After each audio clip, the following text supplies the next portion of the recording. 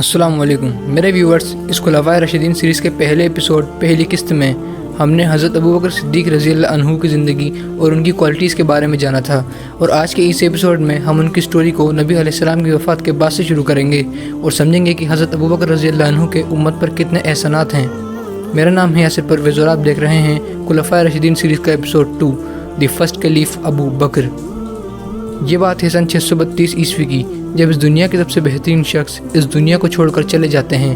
جی ہاں، اللہ کے بندے اور رسول حضرت محمد مصطفیٰ صلی اللہ علیہ وآلہ وسلم وفات پا چکے تھے، اور جب یہ خبر ہر طرف پھیلی تب حالات کافی غمگین تھے، جیسے صحاباؤں کے پاؤں تلے زمین نکل گئی ہو۔ وہ مضبوط صحابہ اپنے آپ کو سنبھال تک نہیں پا رہے تھے، اور ظاہر سی بات ہے جب اللہ کے پیغمبر جنہوں نے اللہ کے حکم سے دین اسلام کی دعوت دی، لوگوں کو اللہ کی طرف لائے، جو ذریعہ بنے جہنم کے سخت عذاب سے بچنے کا، اللہ کے حکم سے آپ نے موقع دیا لوگوں کو ہمیشہ ہمیشہ جنت میں بے انتہا خوشی کی زندگی گزارنے کا، ایسے بہترین شخص آج زندہ ہی نہیں۔ کتنا بڑا صدمہ لگا ہوگا ان صحاباؤں کو جو کل تک دنیا کے سب سے بہترین شخص کے ساتھ تھے، ان کے ساتھ سفر کیے، ان کے ساتھ جنگیں لڑیں، اور وہ آج انہیں چھوڑ کر چلے گئے۔ سب الگ الگ دلیلیں دے رہے تھے کہ یہ وجہ ہے اس لیے آپ خاموش ہیں۔ حضرت عمر رضی اللہ تعالیٰ عنہ جیسے مضبوط صحابہ نے تو یہ تک کہہ دیا تھا کہ خبردار اگر کسی نے کہا کہ محمد صلی اللہ علیہ وسلم فوت ہو گئے ہیں تو میں اس کا گلا کاٹ دوں گا۔ وہ سمجھ رہے تھے کہ جیسے حضرت موسیٰ علیہ السلام 40 دنوں کے لیے کوہ طور پر چلے گئے تھے، ویسے ہی نبی علیہ السلام اللہ کے پاس گئے ہوں گے۔ کسی کو یقین نہیں ہو رہا تھا، یا وہ یقین کر ہی نہیں پا رہے تھے، لیکن سوائے ایک صحابہ کے جو جانتے تھے کہ کیا ہوا ہے اور کیا کرنا ہے۔ میں بات کر رہا ہوں حضرت ابوبکر صدیق رضی اللہ تعالیٰ عنہ کی۔ جب حضرت عمر رضی اللہ تعالیٰ عنہ نے کہا کہ میں ہر اس شخص کا گلا کاٹ دوں گا جس نے کہا کہ نبی علیہ السلام فوت ہو گئے ہیں، تب حضرت ابوبکر صدیق رضی اللہ عنہ آئے، حضرت عمر سے بنا کچھ کہے انہیں اگنور کیا، پھر حجرہ عائشہ میں گئے، نبی علیہ السلام کے مبارک کفن کو ہٹایا، ان کے ماتھے پر گوسہ دیا اور روتے ہوئے کہا کہ یا رسول اللہ، آپ پر میرے ماں باپ قربان، اللہ نے آپ پر 2 موتیں جمع نہیں کی، آپ کو وہ موت مل چکی ہے جو اللہ نے آپ کے لیے لکھی تھی۔ پھر ابوبکر صدیق رضی اللہ عنہ باہر آئے تو حضرت عمر وہی سب کہنے میں لگے ہوئے تھے، تو حضرت ابوبکر نے کہا کہ عمر بیٹھ جاؤ، حضرت عمر بیٹھے نہیں۔ پھر حضرت ابوبکر نے کہا کہ عمر بیٹھ جاؤ، لیکن حضرت عمر نے دوبارہ نظر انداز کر دیا۔ پھر حضرت ابوبکر نے تشہد کہی۔ اس کے بعد جو لوگ حضرت عمر کے پاس جمع تھے وہ سب حضرت ابوبکر صدیق رضی اللہ تعالیٰ عنہ کے پاس جمع ہو گئے۔ پھر حضرت ابوبکر صدیق رضی اللہ تعالیٰ عنہ نے وہ الفاظ کہے جس سے یہ ثابت ہو جاتا ہے کہ واقعی میں اگر نبی علیہ السلام اپنے بعد کسی کو امت کا لیڈر بنا کے جاتے تو حضرت ابوبکر کو بنا کے جاتے۔ وہ الفاظ تھے فمن کان منکم یعبد محمدا صلی اللہ علیہ وسلم فإن محمدا صلی اللہ علیہ وسلم قد مات ومن کان یعبد اللہ فإن اللہ حی لا یموت قال اللہ تعالی۔ مطلب جو کوئی بھی محمد کی عبادت کرتا تھا وہ جان لے کہ محمد کو موت آ گئی، لیکن جو اللہ کی عبادت کرتا ہے وہ جان لے کہ اللہ زندہ ہے اور اسے کبھی موت نہیں آئے گی۔ اور پھر قرآن کی آیت پڑھی وما محمد الا رسول قد خلت من قبلہ الرسول افإن مات او قتل انقلبتم علی اعقابکم ومن ینقلب علی عقبیہ فلن یضر اللہ شیئا فسیجزی اللہ الشاکرین۔ مطلب کہ محمد تو نہیں مگر ایک رسول، اور ان سے پہلے بھی کئی رسول آئے، اگر یہ فوت ہو جائیں یا قتل کر دیے جائیں تو کیا تم دین سے پیچھے ہٹ جاؤ گے؟ اگر تم ایسا کرو گے تو اللہ کا کوئی نقصان نہیں کرو گے، اور اللہ ثابت قدم رہنے والوں کے ساتھ ہے۔ کس قدر انٹیلیجنس کی بات کہی تھی حضرت ابوبکر صدیق رضی اللہ تعالیٰ عنہ نے۔ حضرت عمر کہتے ہیں کہ حضرت ابوبکر کے ان الفاظوں کے بعد میرے پاؤں میرا بوجھ نہ اٹھا سکے۔ حضرت ابوبکر نے لوگوں کو یاد دلایا کہ خدا کون ہے، کس کے ہاتھ میں ہے دینا اور لینا، اور اگر حضرت ابوبکر اس وقت یہ الفاظ نہ کہتے تو لوگ نبی علیہ السلام کی محبت میں اتنے گم ہو جاتے کہ وہ ان کا درجہ بے انتہا بلند کر دیتے۔ آپ سمجھ جائیے کہ میں کیا کہنا چاہ رہا ہوں، لیکن اللہ نے ایسا نہیں ہونے دیا۔ اس واقعے سے ثابت ہو جاتا ہے کہ حضرت ابوبکر رضی اللہ تعالیٰ عنہ جسم سے نہیں لیکن عقل اور جذبات سے سب سے زیادہ مضبوط صحابہ تھے۔ اب جب نبی علیہ السلام اس دنیا سے چلے گئے تھے تب مسلمانوں کو اپنا ایک لیڈر چاہیے تھا، اور لوگوں نے حضرت ابوبکر صدیق رضی اللہ تعالیٰ عنہ کی طرف ہی زیادہ جھکاؤ دکھایا، اور حضرت عمر نے بھی حضرت ابوبکر کے خلیفہ بننے کی رائے دی، اور پھر سب کی رضا سے حضرت ابوبکر رضی اللہ تعالیٰ عنہ 8 جون 632 CE کے دن اسلام کے پہلے خلیفہ بنے۔ لیکن حضرت علی رضی اللہ تعالیٰ عنہ نے حضرت ابوبکر کی 6 مہینوں تک بیعت نہیں کی تھی، لیکن پھر ایک دن حضرت علی نے حضرت ابوبکر کو پیغام بھجوایا اور کہا کہ آپ مجھ سے اکیلے ملنے آئیں، اور اس وقت حضرت ابوبکر خلیفہ تھے، اور حضرت ابوبکر خلیفہ ہونے کے بعد بھی حضرت علی کے پاس گئے۔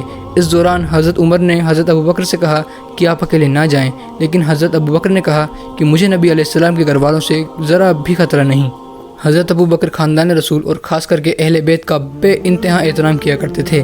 حالانکہ حضرت عمر بھی جانتے تھے کہ حضرت ابو بکر کو حضرت علی سے کوئی خطر نہیں، لیکن اگر انہیں چاہنے والوں میں سے کسی نے کچھ کر دیا تو۔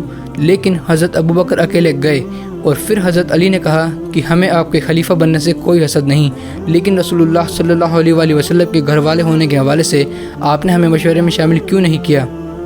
یہ سننے کے بعد حضرت ابو بکر رونے لگے، اور حضرت ابو بکر کو روتا دیکھ حضرت علی نے اس مسئلے پر آگے بات نہیں کی اور کہا کہ میں خود مسجد میں آؤں گا اور آپ کی بیعت کروں گا۔ پھر ظہر کی نماز کے بعد حضرت ابو بکر صدیق رضی اللہ تعالیٰ عنہ ممبر پر چڑھے اور حضرت علی رضی اللہ تعالیٰ عنہ کے فضائل بیان کیے۔ پھر حضرت علی رضی اللہ تعالیٰ عنہ ممبر پر چڑھے اور حضرت ابو بکر رضی اللہ تعالیٰ عنہ کے فضائل بیان کیے اور بیعت نہ کرنے کی وجہ بتائی۔ پھر سب کے سامنے اعلان بیعت کیا، اور پھر جو لوگ حضرت علی کی بیعت نہ کرنے کی وجہ سے حضرت ابو بکر کی بیعت نہیں کر رہے تھے، انہوں نے بھی حضرت ابو بکر رضی اللہ تعالیٰ عنہ کی بیعت کر لی تھی۔ یہ الفاظ جو میں نے کہے یہ بخاری شریف کے الفاظ ہیں، ہوا میں چھوڑے گئے تیر نہیں ہیں۔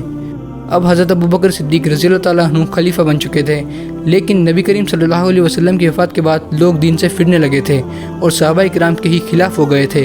اس کا فائدہ اٹھاتے ہوئے بہت سے سرداروں نے خود کو اللہ کا پیغمبر ہونے کا دعویٰ کر دیا۔ ایسے دعویٰ کرنے والے 4 لوگ تھے: مسلمہ، اسود انسی، طلحہ اور سجاح، اور ان سب نے حضرت ابو بکر کے ساتھ بہت سی جنگ لڑیں، اور حضرت ابو بکر نے بھی ان سبھی خلاف سخت ملٹری ایکشنز لینا شروع کر دیا۔ اس وقت تک عرب کی سرزمین مکمل فتنوں سے بھر چکی تھی، اور جو لوگ دین سے بھاگ رہے تھے وہ خلفائے راشدین کے ہی خلاف ہو گئے تھے۔ جھوٹے پیغمبر ہونے کے دعوے داروں کے ساتھ ہوئے وارز کو دا ردہ وارز کے نام سے جانا جاتا ہے۔ چلیے اب ان جنگوں کے متعلق جانتے ہیں۔ سب سے پہلے اس دور کی سب سے بڑی جنگ اور سب سے بڑا فتنہ، اصل میں دشمن تھا بنو حنیفہ قبیلے کا مسلمہ، جو پیغمبر ہونے کا دعویٰ کر رہا تھا۔ اس نے نبی علیہ السلام کے دور میں بھی نبوت کا دعویٰ کیا۔ یہ نبی علیہ السلام سے ملنے گیا اور اپنے آپ کو اللہ کا پیغمبر بتایا۔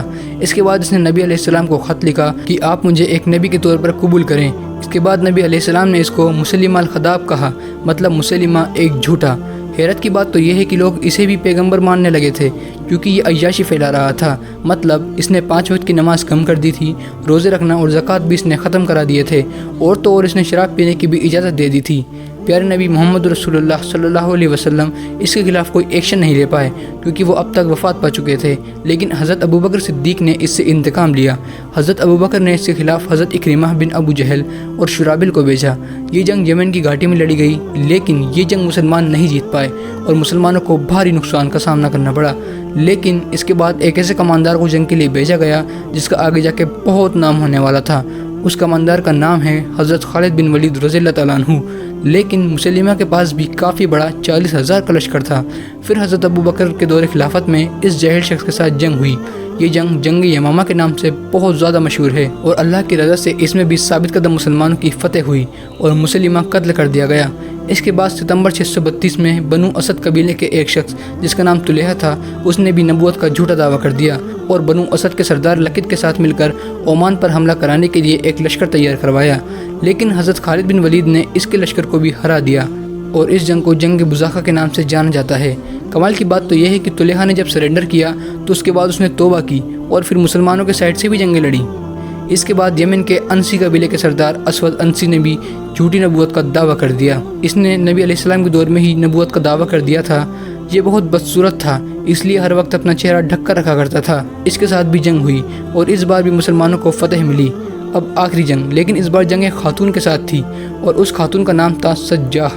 یہ ایک کرسچین مطلب عیسائی تھی اور عراق کے بنو تمیم قبیلے سے تعلق رکھتی تھی، اور اس نے اپنے آپ کو ایک لیڈی پیغمبر ہونے کا دعویٰ کر دیا تھا، اور تو اور اس نے مسلمہ کے ساتھ شادی بھی کی تھی۔ لیکن سیف اللہ حضرت خالد بن ولید رضی اللہ تعالیٰ عنہ نے اس کی فوج کو بھی چکنا چور کر دیا۔ اس کے بعد یہ واپس عراق بھاگ گئی، لیکن خالد بن ولید نے اس پر بھی حملہ کر کے اسے بھی فتح کر لیا، اور بالآخر اس نے بھی اسلام قبول کر لیا۔ اگلے مہینے نارتھن عرب اور یمن میں اور زیادہ حملوں کا مقابلہ کرنا پڑا۔ حالت بہت خراب تھی، لیکن ہر جنگ میں مسلمانوں کو فتح ہوئی۔ حضرت ابو بکر نے عرب کی سبھی قبیلوں کو اکٹھا کیا، اور لوگ اب واپس اسلام کی طرف بھی آنے لگے تھے۔ حضرت ابو بکر صدیق رضی اللہ تعالیٰ عنہ نے جتنے بھی حملے کیے، ان کے پیچھے وجہ لوگوں کو دوبارہ اکٹھا کرنے کی تھی، کیونکہ نبی علیہ السلام کی وفات کے بعد کوئی بھی بات سننے کو راضی ہی نہیں تھا، اور کچھ سرداران اس کا فائدہ اٹھا رہے تھے۔ اب 1-1.5 سال میں ہی حضرت ابو بکر صدیق رضی اللہ تعالیٰ عنہ نے عرب کی سرزمین کو پرسکون کر دیا تھا، اور حضرت ابو بکر نے بہت سوچ سمجھ کر سبھی کام کیے، اور اتنی زیادہ جنگیں لڑنا، پھر لوگوں کو واپس اسلام کی طرف لانا بہت بڑی بات ہے، اور حضرت ابوبکر نے اس امت پر اور بھی کافی احسانات کیے، جیسے قرآن کو پنوں پر لکھوا کر ایک کتاب کی شکل دینا۔ جی ہاں، اس کا حکم بھی حضرت ابوبکر نے ہی دیا تھا۔ اس سے پہلے قرآن صحابہ کرام کے ذہن میں چھپا ہوا تھا، لیکن جب مسلمہ الخداب سے جنگ یمامہ ہوئی تب اس میں 700 یا اس سے زیادہ صحابہ کرام شہید ہو گئے تھے، جس میں سے 500 حافظ قرآن تھے۔ اصل میں پہلے قرآن صحابہ کرام کے ذہن میں چھپا ہوا تھا، لیکن جب ایک دم سے اتنے صحابہ شہید ہوئے تو حضرت عمر بن الخطاب کو یہ بات سزانے لگی کہ اگر سبھی حافظ قرآن شہید ہو گئے تب تو ہمارے پاس قرآن بچے گا ہی نہیں، اسی لیے ہم جلد سے جلد قرآن کو ریٹن فارم میں لے آتے ہیں۔ اور یہ مشورہ جب انہوں نے حضرت ابوبکر کو دیا تب حضرت ابوبکر اس پر راضی نہ ہوئے۔ ان کا یہ عقیدہ تھا کہ اگر نبی علیہ السلام نے یہ نہیں کیا تو میں کیوں کروں، لیکن پھر آگے چل کے کافی مشوروں کے بعد انہوں نے اس کی اجازت دے دی، اور یہ ان کا بہت بڑا کام تھا۔ لیکن پھر اچانک حضرت ابوبکر کی طبیعت خراب ہو گئی، اور خراب ہوتی ہی چلی گئی۔ انہیں بہت تیز بخار ہو گیا تھا، ان کی طبیعت ٹھیک نہ ہو سکی، اور صرف 2 سال 2 مہینے اور 14 دن خلافت کرنے کے بعد 60 سال کی عمر میں وہ اس دنیا کو ہمیشہ کے لیے چھوڑ کر چلے گئے۔ انہوں نے اسلام کے لیے اتنا کچھ کیا، اتنے کام کیے کہ ہم ان کے احسانات کو کبھی بھلا نہیں سکتے۔ اتنے کم وقت میں بھی حضرت ابوبکر نے وہ کر دکھایا تھا جو سچ مچ بے حد ضروری تھا۔ اتنی سارے جنگیں لڑنا، پورے عرب کو ایک ساتھ کرنا، قرآن کو ریٹن فارم میں اتارنا، اور بھی کئی سارے بے حد امپورٹنٹ کام اسلام کے پہلے خلیفہ حضرت ابوبکر صدیق رضی اللہ تعالیٰ عنہ نے کیے۔ اور جاتے جاتے بھی وہ ایک ایسے شخص کا خلیفہ بننے کا مشورہ دے گئے جو مسلمانوں کی قسمت ہی بدل دینے والا تھا۔ ان کی بات ہم اگلی ویڈیو میں کریں گے۔ تو دوستو، یہ تھی آج کی ویڈیو۔ امید ہے آپ کو ویڈیو پسند آئی ہوگی۔ اگر آپ کو ویڈیو پسند آئے تو ویڈیو کو لائک کریں، چینل کو سبسکرائب کریں، اور اس ویڈیو کو اپنے دوستوں اور رشتہ داروں میں ضرور شیئر کریں۔ اللہ حافظ۔